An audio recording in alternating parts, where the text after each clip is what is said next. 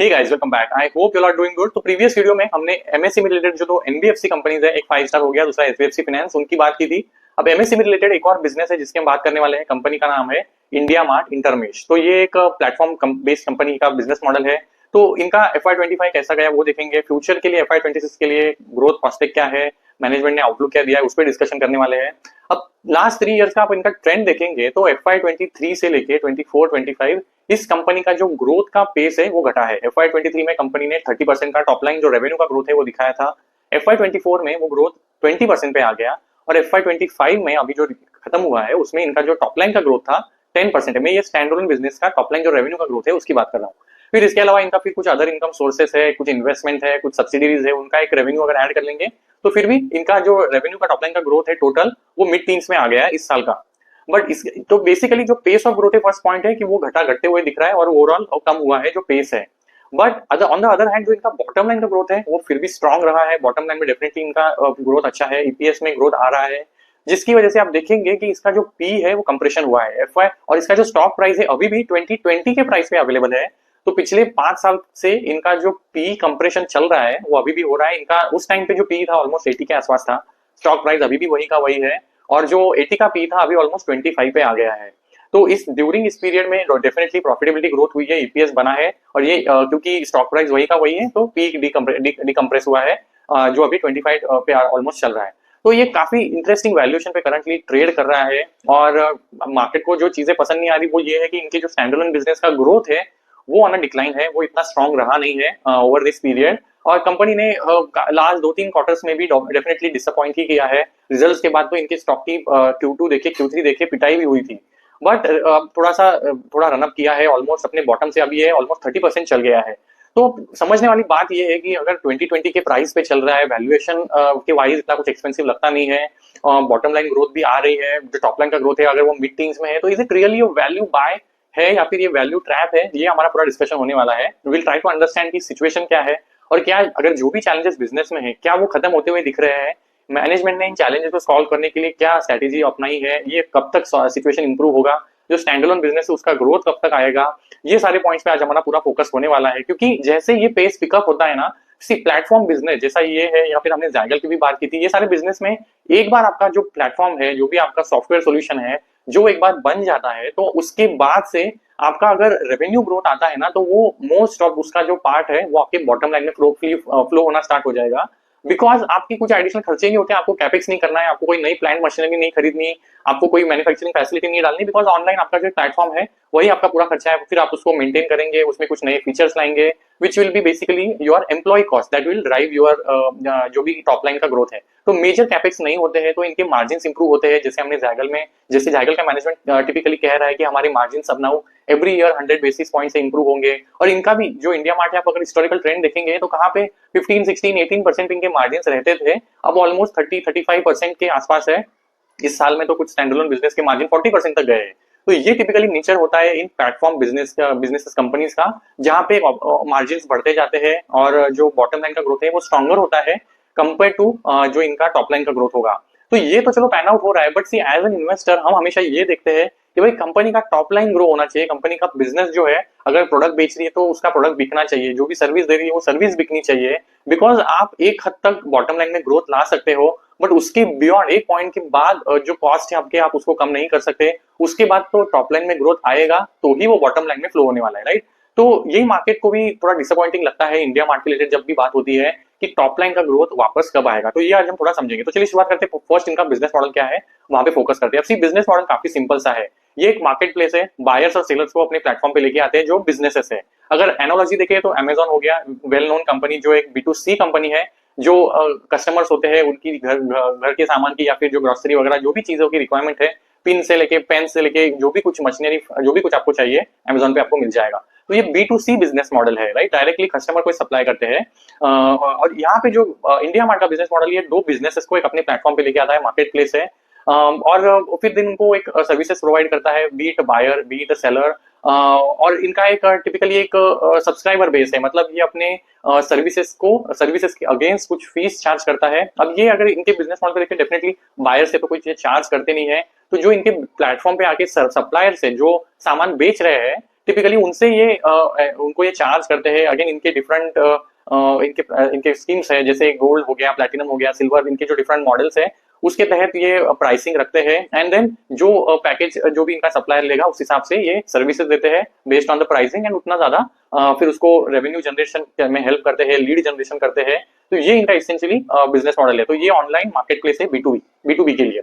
अब इनका अगर बिजनेस मॉडल का अगर स्कोप देखेंगे इंडस्ट्री वाइज ये कितना बड़ा है, तो सी अब इनके कॉम्पिटिटर्स है, उड़ान एक अनलिस्टेड कंपनी है जो इनका एक कॉम्पिटिटर है, जो नियरली सिमिलर बिजनेस मॉडल है बट अनलिस्टेड कंपनी है, और it is still not that profitable. So FY24 में इनके लॉसेस कम हुए थे, बट अभी तक FY25 का मैंने न्यूज देखा नहीं, बट वेरी सिमिलर बिजनेस उड़ान है। इसके अलावा SG मार्ट करके कंपनी है जो एक लिस्टेड कंपनी है, अपोलो जो ट्यूब्स एंड पाइप बनाने वाली कंपनी, उसी की एक ये कंपनी है SG मार्ट। बट उसमें अगेन B2B प्लेटफॉर्म बिजनेस है, बट ये लिमिटेड है। जो कंस्ट्रक्शन रिलेटेड जो सामान होता है ये आपको SG मार्ट की जो वेबसाइट है, उनका जो प्लेटफॉर्म है वहां पे मिल जाएगा।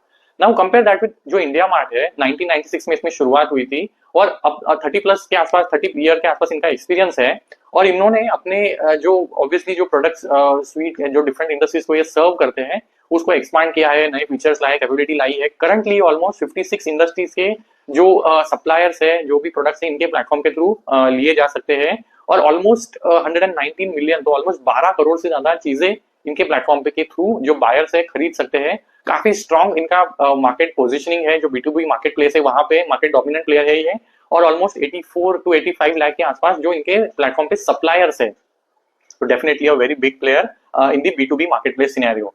अब इनका 1000+ सिटीज में अक्रॉस सिटीज प्रेजेंस है जो इनके सप्लायर्स वगैरह का है, 5000+ इनका सेल्स एंड जो सपोर्ट का स्टाफ है। तो again establish and very trusted and reputed company, जो एक एस्टैब्लिश प्लेयर भी है, राइट? मतलब it's not a new age startup that we are talking about, it's a well known company as well in the market.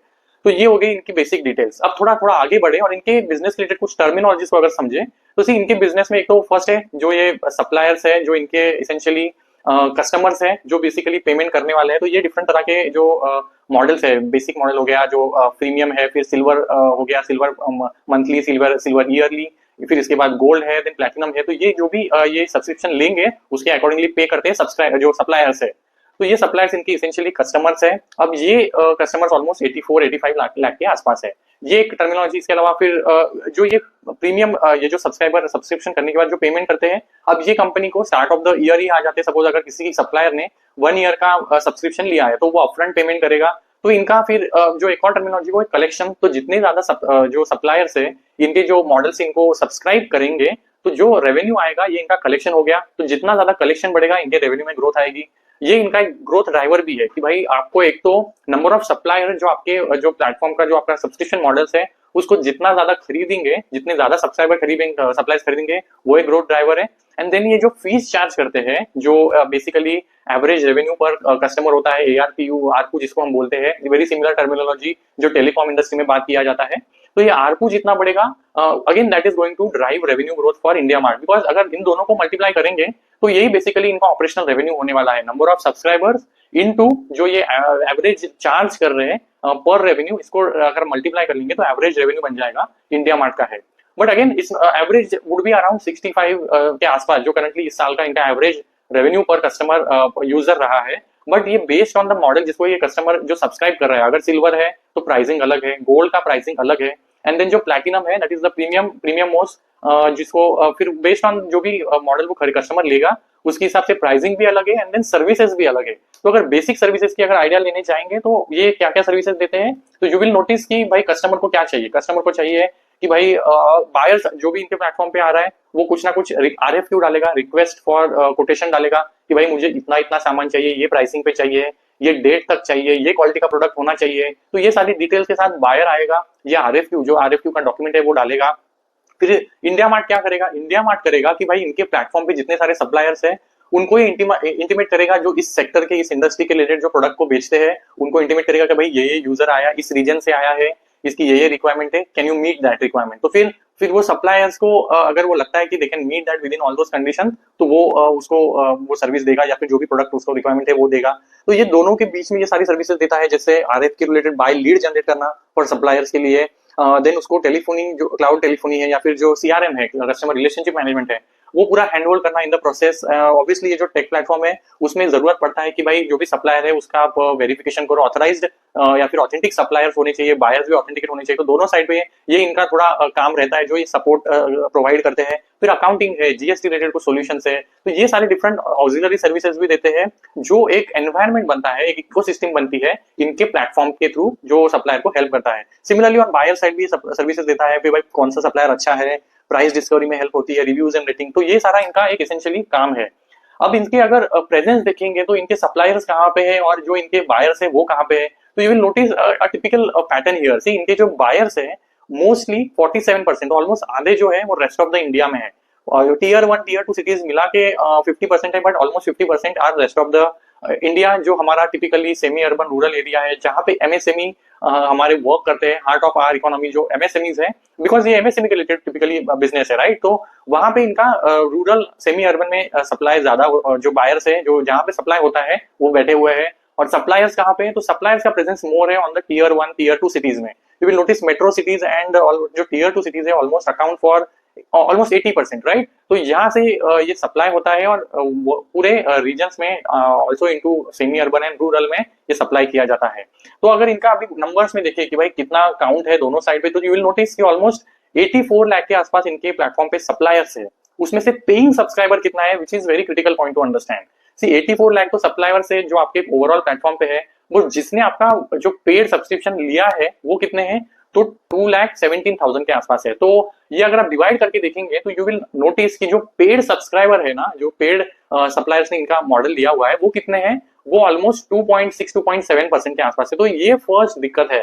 सी ये जो ratio है 2.6 2.7%, जहां पे करंटली इनका पेड सब्सक्राइबर बेस है, ये पिछले 4-5 साल से वही के वही है, मतलब 3% को भी ये क्रॉस नहीं किया है। पिछले 4-5 साल का भी अगर आप नंबर देखेंगे तो ये अंडर 3% रहा है। तो ये actually one of the worry है कि इनके बिजनेस में जो इनका रेवेन्यू टॉप लाइन का जो स्टैंड अलोन बिजनेस है इनका ग्रोथ क्यों नहीं आ रही, बिकॉज ये जो पेड सब्सक्राइबर का बेस है वो स्ट्रॉन्गर परसेंटेज में ग्रोथ नहीं आ रही है। अब ये जो 2,17,000 का नंबर इस साल का है, प्रीवियस साल में कितना था, 2,14,000। तो इस साल में इन्होंने कितने पेड सब्सक्राइबर ऐड किए, 3,000।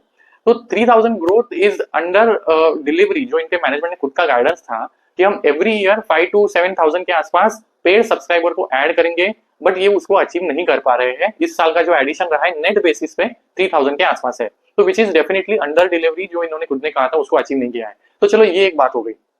अब इनके प्लेटफॉर्म पे जो बायर्स आते हैं they are mostly 100% organic search है। तो इसका मतलब क्या है इसेंशियली कि जो भी आप कुछ प्रोडक्ट सर्च करो ना, तो आपको फर्स्ट लिंक मिल जाएगा जो आपको इंडिया मार्ट पे लेके जाएगा। तो इसेंशियली इतनी variety, as I said 12 crore products इनके प्लेटफॉर्म पे अवेलेबल है।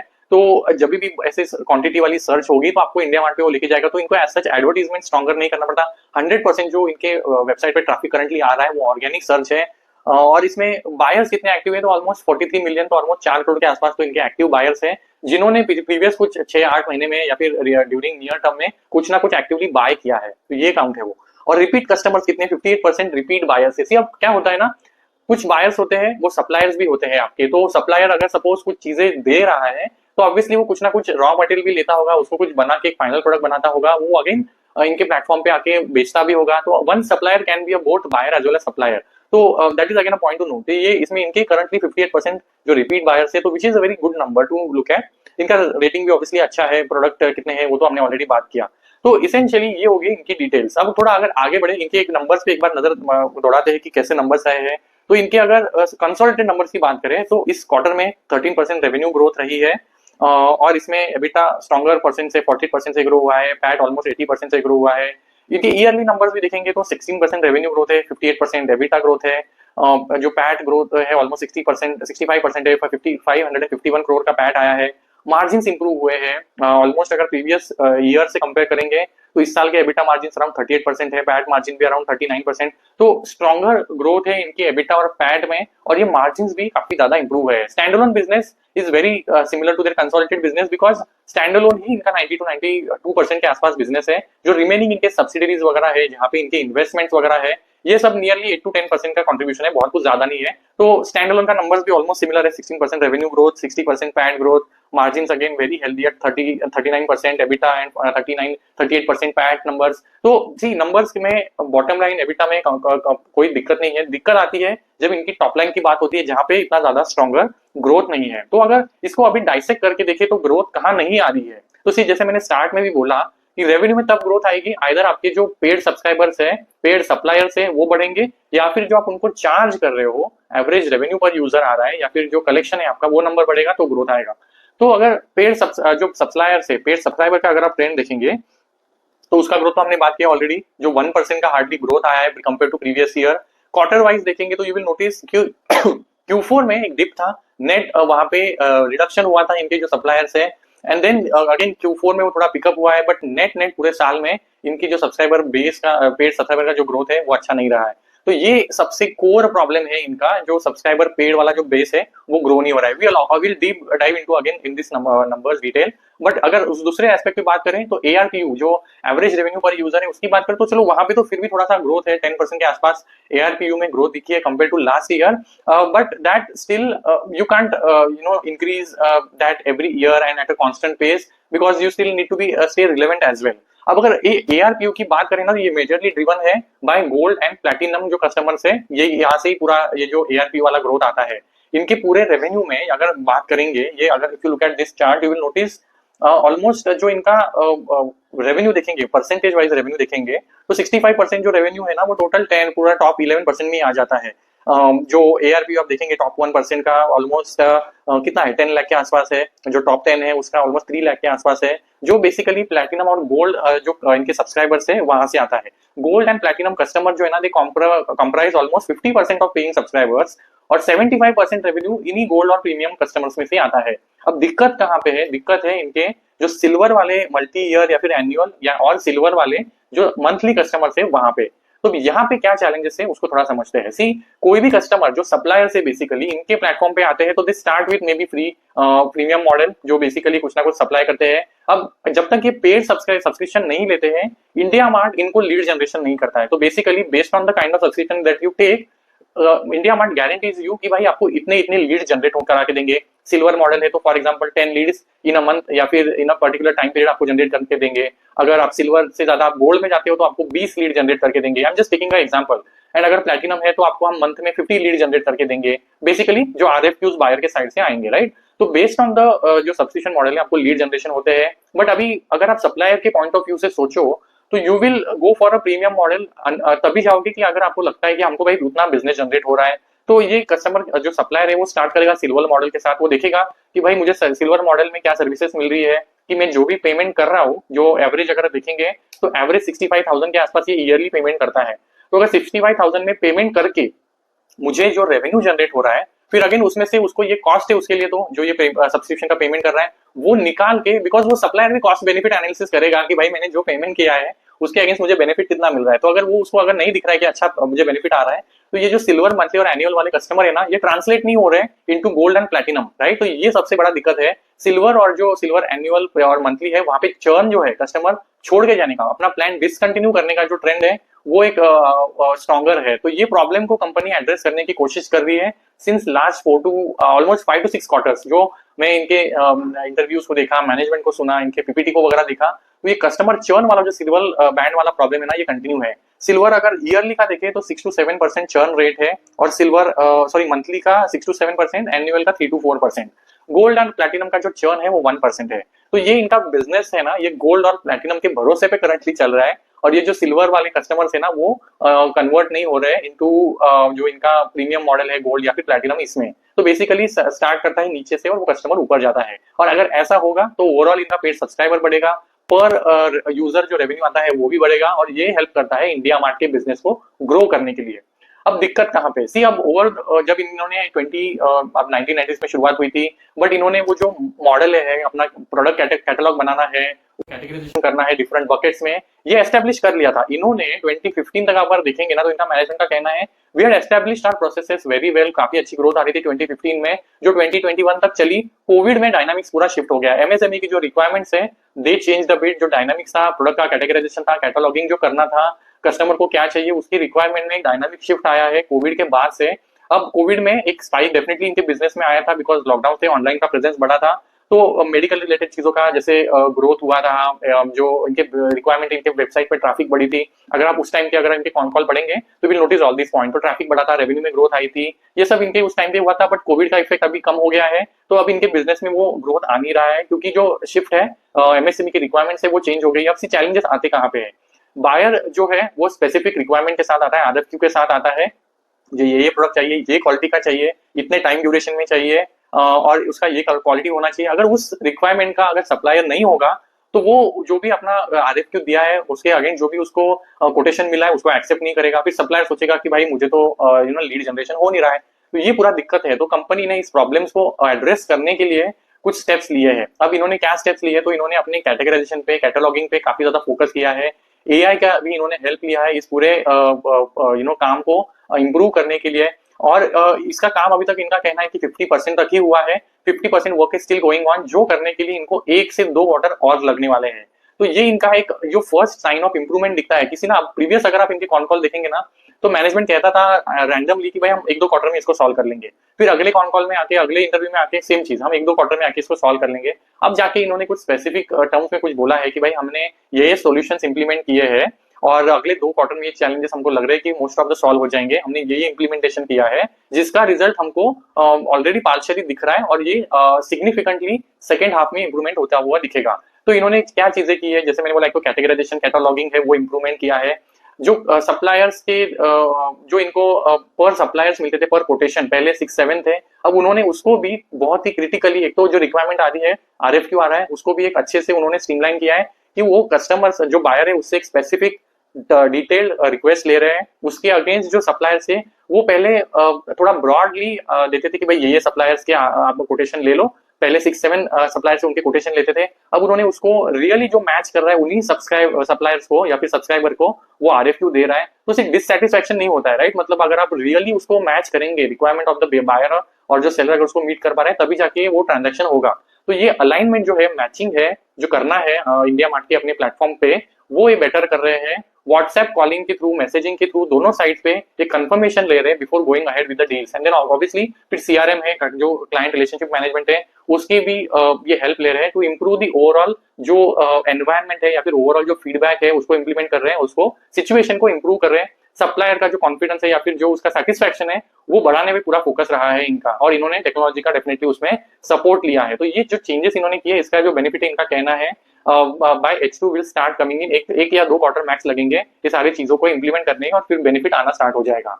तो ये इन्होंने कुछ अच्छा बोला है जो प्रीवियसली इनके वर्ड्स में मिसिंग था। जो मिस्टर अगर दिनेश अग्रवाल भाई साहब है, जो इनके एमडी वगैरह है, आई थिंक ये कॉन कॉल में या फिर इंटरव्यूज में आप सुन सकते हैं इनको।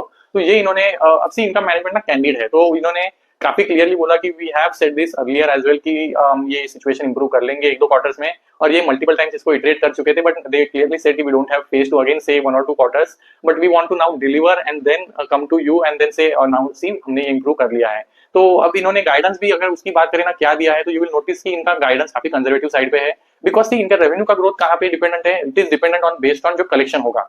अब कलेक्शन का जो ग्रोथ है इस साल का कितना रहा है, ऑलमोस्ट 10% पे रहा है। तो अगर कलेक्शन 10% पे है तो वही बेसिकली फ्लो होते हैं इनके जो इनका कलेक्शन ही इनका बेसिकली होगा जो डेफर्ड रेवेन्यू है, डेफर्ड रेवेन्यू ही इनका बेसिकली आगे चलते हुए रेवेन्यू बनेगा। तो अगर कलेक्शन की साइड पे अगर ग्रोथ आपको लग रही है कि 10-12% भी है, तो इनका ग्रोथ भी जो टॉप लाइन का है, और मैं स्टैंडअलोन बिजनेस की बात कर रहा हूँ, ये 10-12% की उसकी उसी के आसपास होगा। तो यही इनका गाइडेंस है। अब इसके अलावा एक और जो प्रॉब्लम है और वो सॉल्व कैसे होगा उसकी बात करते हैं। सी अब यू विल नोटिस कि इनके जो कस्टमर चर्न है, जिसकी हमने बात की, सिल्वर प्रीमियम, जो सिल्वर मंथली एनुअल है, वहां पे चर्न है, कस्टमर टिक नहीं रहा है, छोड़ के जा रहा है, जो प्रीमियम प्लान है उसको कंटिन्यू नहीं कर रहा है, रिन्यू नहीं कर रहा है, जिसकी वजह से कलेक्शन नहीं आ रहा है। तो कंपनी क्या कर सकती है, एडवर्टीजमेंट कर सकती है, मार्केटिंग स्पेंड कर सकती है, और ज्यादा सप्लायर्स को अपने प्लेटफॉर्म पे लेके आए। बट सी इसके साथ दिक्कत ये है कि अगर आपने एडवर्टीजमेंट मार्केटिंग स्पेंड कर दिया और अगर ग्रॉस आपने सप्लायर को एडिशन कर भी लिया, तो दिक्कत क्या है कि वापस चर्न हो जाएगा और आपने जो भी एडवर्टीजमेंट स्पेंड किया है उसका नेट बेनिफिट कुछ आ नहीं पाएगा, नेट बेनिफिट 0 हो जाएगा। तो इसी की वजह से ये स्पेंड नहीं कर रहे थे, because they wanted to first solve the problem. जो इनके चर्न का रिलेटेड प्रॉब्लम है, जो कॉज है, उसको सॉल्व किए बिना हम, कंपनी का लॉजिक ये था कि हम एडवर्टीजमेंट मार्केटिंग पे स्पेंड नहीं कर रहे, बिकॉज हम वो प्रॉब्लम पहले सॉल्व करना चाहते थे। तो अगेन अ पॉजिटिव इंडिकेटर की इन्होंने कहा है कि now after almost 6 to 7 years we are going to start our digital advertisement marketing spend पे हम खर्चा करने वाले हैं इस साल से। So that again is clearly giving you a small hint एक तो एडवर्टीजमेंट पे फोकस करने वाले हैं, जो एआई या फिर जो टेक्नोलॉजी इंप्लीमेंटेशन है उसका बेनिफिट भी अगले 1-2 क्वार्टर्स में आने वाला है। तो ये सारे जो पॉजिटिव एस्पेक्ट निकल के आए ना इस जो कॉन कॉल्स में, that I am telling you. तो ये एक एस्पेक्ट पे अब एडवर्टीजमेंट मार्केटिंग पे स्पेंड करेंगे तो इनके खर्चे बढ़ेंगे, but that is a good spend because ये अच्छा खर्चा है क्योंकि आपको ये रेवेन्यू में ग्रोथ लाने वाला है। सी हमें कोई भी ऐसा, कभी भी हम बिजनेस की बात करते हैं ना, तो हमें कॉस्ट आ रहा है, इनकर हो रहा है, एक्सपेंस हो रहा है, that is not a problem. वो करके अगर आप रॉ मटेरियल कंज्यूम कर रहे हो तो दैट इज, अगर आप कोई पार्ट बना रहे हो, जैसे एस के ऑटोमोटिव कुछ कंपोनेंट बना रही है, रॉ मटेरियल लगेगा, खर्चा आएगा, बट दैट इज ठीक है यार, आपका रेवेन्यू ग्रोथ में आप वो ऐड करोगे, आप प्रोडक्ट बेचोगे, तो ये अगर एक्सपेंस करने वाले हैं एडवर्टीजमेंट मार्केटिंग का, उसका खर्चा बढ़ेगा, इनके मार्जिन में थोड़ा प्रेशर आएगा, बट टॉप लाइन में तो ग्रोथ आएगा, which is a desire of an investor. तो which is a good expense to have. तो ये एक्सपेंस इनका कहना है कि विल स्टार्ट डूइंग दैट। इसकी वजह से क्या होगा, अब इनकी इस नंबर्स को अगर आप देखेंगे तो इनके जो मार्जिन है वो ज्यादा बढ़ के दिखे हैं। If I show you the consolidated PNL, तो यू विल नोटिस जो सेल्स कॉस्ट है, यू विल सी यहाँ पे कुछ ग्रोथ ही नहीं है। मैन पावर कॉस्ट तो ऑब्वियसली इनका कुछ ज्यादा बढ़ता नहीं है, 6% के आसपास रहा है Q4 में। ये सारे जो एक्सपेंसेस है ना, क्योंकि नहीं रहे हैं, तो इनके जो मार्जिन है वो इंप्रूव हुए हैं। जो स्टैंड अलोन बिजनेस है वो 39% के आसपास है, कंसोलिडेटेड भी 37% के आसपास है। तो मार्जिन नॉर्मल से ज्यादा एलिवेटेड दिखते हैं। 33-35% का इनका मार्जिन के रिलेटेड गाइडेंस होता है, बट ये एलिवेटेड मार्जिन आ रहे हैं बिकॉज वो मार्केटिंग एड रिलेटेड स्पेंडिंग नहीं कर रहे हैं। अब जो अगर वो करने लगेंगे तो ये वापस अपने नॉर्मलाइज जो 33-35% बैंड है उसमें आ जाएंगे एबिटा लेवल पे, जो इनका गाइडेंस है आगे चलते हुए FY26 के लिए। बट वो अगर खर्चे करेंगे मार्जिन कम होंगे, which is not bad at all, because as an investor we are looking for a normal growth in the top line. तो अगर वो ग्रोथ को सपोर्ट करेगा, रेवेन्यू का ग्रोथ आएगा, टॉप लाइन का ग्रोथ आएगा, तो which is what we essentially want. तो ये होने वाला है। तो यू विल नोटिस ये इनका गाइडेंस है 30-35% मार्जिन को मेंटेन करना इन द अपकमिंग ईयर। फिर आरपू के रिलेटेड क्या गाइडेंस है, इनका कहना है कि इस साल में आरपू जो है ऑलमोस्ट पूरा ओवरऑल देखेंगे तो 10% की ग्रोथ है, नेक्स्ट ईयर भी 10% की ग्रोथ रहने वाली है। इन्होंने कुछ गाइडेंस नहीं दिया है in terms of number of जो पेड सब्सक्राइबर्स है कितने ऐड करेंगे। जैसे हमेशा से बोलते हैं कि 5 to 7,000 एवरी ईयर हम ऐड करेंगे, इस साल 3,000 किए हैं। इस साल FY26 के लिए इन्होंने यहाँ पे कुछ स्पेसिफिक गाइडेंस नहीं दिया है कि कितना होगा, करंटली उसका कुछ नंबर इन्होंने नहीं दिया है। इसके अलावा अगर कुछ और चीजों की बात करें, जैसे इन्होंने क्या गाइडेंस दिया है, तो इनके कुछ इन्वेस्टमेंट है जिनका मैंने ऑलरेडी बात किया। सी एक strong cash flow generating machine है, खर्चे कम है ऑलमोस्ट एवरी ईयर। इनका आप देखेंगे मेजोरिटी जो पैट है इनके कैश फ्लो फ्रॉम जो कैश फ्लो जनरेट होता है, majority part of that PAT is getting generated as cash flow and gets into their reserves. तो इनके ऑलमोस्ट करंटली जो बैलेंस शीट पे कैश एंड इन्वेस्टमेंट सब पड़ा है ऑलमोस्ट 3,000 करोड़ के आसपास है, जो काफी एक बड़ा अमाउंट है। अब इन्होंने ऑब्वियसली इसको फिर कहीं ना कहीं डिप्लॉय किया हुआ है debt mutual fund, debt instruments में, कुछ मनी मार्केट रिलेटेड कुछ इंस्ट्रूमेंट्स में, जहां से कुछ इनको इनकम आता है, जो इनके अदर इनकम का पार्ट है। तो विल नोटिस एक बड़ा एक अमाउंट आता है जो इनके अदर इनकम में है। इसके अलावा इस क्वार्टर में जो स्पेसिफिकली जो स्पाइक दिख रहा है, एक इनका जो इन्वेस्टमेंट है जो इन्होंने किए हुए है, वहां पे इनको कुछ वैल्यूएशन गेन भी हुआ है, तो वो भी इनके अदर इनकम में दिख रहा है। तो ये अदर जो इन्वेस्टमेंट है ये टिपिकली यूज करते हैं। एक तो अब इन्होंने डिविडेंड देने का जो रेट है वो भी बढ़ा है, इस साल आई थिंक 50 रुपीज का कुछ डिविडेंड डिक्लेयर किया है, और ये कुछ बायबैक्स वगैरह भी करते रहते हैं, और वो इन्वेस्टमेंट करते हैं, मैंने अपॉर्चुनिटीज को ढूंढते रहते हैं। करंटली भी आई थिंक इनके कुछ 18-20 कंपनीज में इन्वेस्टमेंट है। 2 एक्विजिशंस इन्होंने किए हैं जो हिस्टोरिकली किए हैं, जो इनकी सब्सिडीज है, और कुछ आई थिंक 18-20 के आसपास कुछ इन्वेस्टमेंट्स भी है। तो M&A करते हैं, डिविडेंड देते हैं, कैश फ्लो जो ये इनके स्ट्रॉन्ग कैश प्रेजेंस है। फ्यूचर में भी they are open to other M&A opportunities अगर आती है तो। और फिर जो रिमेनिंग होता है अपने बिजनेस में डिप्लॉय करना, जैसे इस साल में तो ये जैसे बोल रहे हैं कि डिजिटल स्पेंड, एडवर्टाइजमेंट वगैरह पे, मार्केटिंग पे खर्चा करेंगे, जो जहां से सब्सक्राइबर को, जो सप्लायर्स है उनको अट्रैक्ट करने का इनका प्लान है। और जो रिमेनिंग कितनी ये ग्रोथ आगे कुछ अपॉर्चुनिटी है उसके लिए रखेंगे, जो इनका टारगेट है। सी एक और जो पार्ट है इनके 3,000 जो इनका रेवेन्यू इनके सॉरी जो कैश इनके पड़ा है इनके बुक में, ये डेफर्ड रेवेन्यू आता है, जो भी सब्सक्राइबर बेस है वो start of the year payment कर देता है। तो ये इसेंशियली पैसा तो आ गया है, बट वो इसेंशियली रेवेन्यू अभी का नहीं है, that is a liability, that is a deferred revenue for you. तो वो रेवेन्यू का एक बड़ा पार्ट होता है जो इनके इन्वेस्टमेंट में बैठा रहता है, अगेन उस पे कंपनी कुछ ना कुछ इंटरेस्ट वगैरह अर्न करती रहती है। तो ये cash light asset light and cash heavy business है।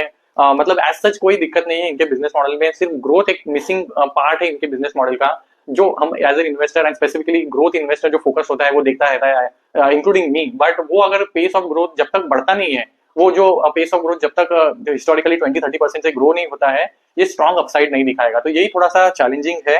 अब इसके अलावा इन्होंने क्या किया है, एक्विजिशन पे जैसे मैंने बोला कि इनका फोकस होने वाला है। तो सी अगर पूरे कन्वर्सेशन को समराइज करें टू अर्लियर पॉइंट जो मैंने मेरे थंबनेल में भी डाला कि is it really a value trap या वैल्यू बाय। सी अब ट्रैप तो डेफिनेटली नहीं लगता है मुझे, बिकॉज वैल्यूएशन काफी नीचे है, 25 के आसपास ये चल रहा है। Strong cash flow generating machine है, डिविडेंड अब ये देना इतना स्ट्रांगली स्टार्ट करते हैं, डिविडेंड इन्होंने बढ़ाया है, तो अब डाउन साइड एज सच नहीं लगता है। तो अगर आप ये लेवल पे इन्वेस्ट करके बहुत ज्यादा डाउन साइड है तो I don't think that would be the case. But on the upside यहाँ पे ये लगता है कि जो भी आप ये स्टेप्स इस साल में लेने वाले हैं, अगर वो फ्रक्टिफाई होते हैं और इनके अगर रेवेन्यू पेस का जो ग्रोथ का पेस है अगर वो बढ़ता है, तो मल्टीपल टाइम्स इनका जो री रेटिंग हो सकता है। तो ये ऐसे जोन में है ना जहाँ पे बहुत ही, अगर इसको क्लोजली हम ट्रैक करें और कहीं पे भी इंप्रूवमेंट दिखता है ना, बिकॉज सी ऐसा नहीं होगा कि आप नंबर्स देख लो, इंप्रूवमेंट देख लो, उसके बाद स्टॉक भागने लगेगा। ये स्टॉक प्रीएम्प्ट करेगा वो सारी चीजें जो पॉजिटिवली आगे चलते हुए आने वाली है। बिकॉज सी अब होने क्या वाला है ना, मैक्रो इकोनॉमिक सिचुएशन काफी बेटर हुआ है, रेट कट्स हुए हैं, जो इनकम टैक्स रिलेटेड चेंजेस है वो बेटर हुआ है, सिचुएशन मानसून अच्छा है। तो अगर कंजम्पशन साइड पे पिकअप होता है तो एमएसएमई ओवरऑल अगर अच्छा करती है, यहाँ पे ट्रांजैक्शन बढ़ते हैं, कंज्यूमरिज्म बढ़ता है, तो ओवरऑल जो इनके बिजनेस में पॉजिटिव इंपैक्ट आएगा, ट्रैक्शन बढ़ेगा, ट्रैफिक बढ़ेगा। तो इनका जो पॉजिटिव साइकिल अगर स्टार्ट होता है ना, तो ये काफी आगे इन्होंने हिस्टोरिकली काफी वेल्थ क्रिएशन किया है, रिसेंटली डेफिनेटली स्टैग्नेट किया है, बट ये रिवर्स हो सकता है अगर ये इनका रेवेन्यू का जो ग्रोथ है अगर वो पिकअप करता है। तो यही देखना बहुत जरूरी है। बट ये again you can't wait for numbers to come out, you will have to take a call at some point. तो ये काफी इंटरेस्टिंग जगह पे है। It is more incline towards a value buy than a value trap at this moment. So, but we'll have to clearly watch, and then as an investor, as I always look out for a growth, ये currently missing है। 10% का जो guidance इन्होंने FY26 के लिए दिया है, ये कंजर्वेटिव साइड पे मुझे लगता है, और फिर जो अदर सारे इनकम मिला के और ये कहीं पे भी subscriber base during the year अगर उसका पेस बढ़ता है तो it will get rerated multiple times. तो we'll have to keep a track on all these factors. Margins वगैरह तो इनके अच्छे है ही, just factor to look out for is growth. चलो यहीं तक रखते हैं। Let me know if your queries, I will address those in the upcoming video. Thank you so much.